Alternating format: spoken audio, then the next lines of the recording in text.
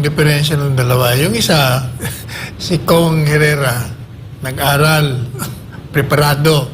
Ito naman si Kong Stella, tataranta, di malaman ko na isasagot niya, mali-mali ang mga sagot. Eh, tama naman yung punto ni Congressman Herrera. Yung unang subject matter, accounting, ang hinihingi niya accounting, kailangan alam natin, dapat may report, bakit walang report? Yung pangalawa naman, anong legal basis mo nga naman? Hindi naman masagot-sagot. Saka may napansin ako yata kay Kong Stella. Ano yun? Bakit nawawala yata yung necklace? Kasi yung necklace, nakita ko sa social media, sinum. Sinum. Sabi niya, ano yan? I forgot the name of the brand. Aha.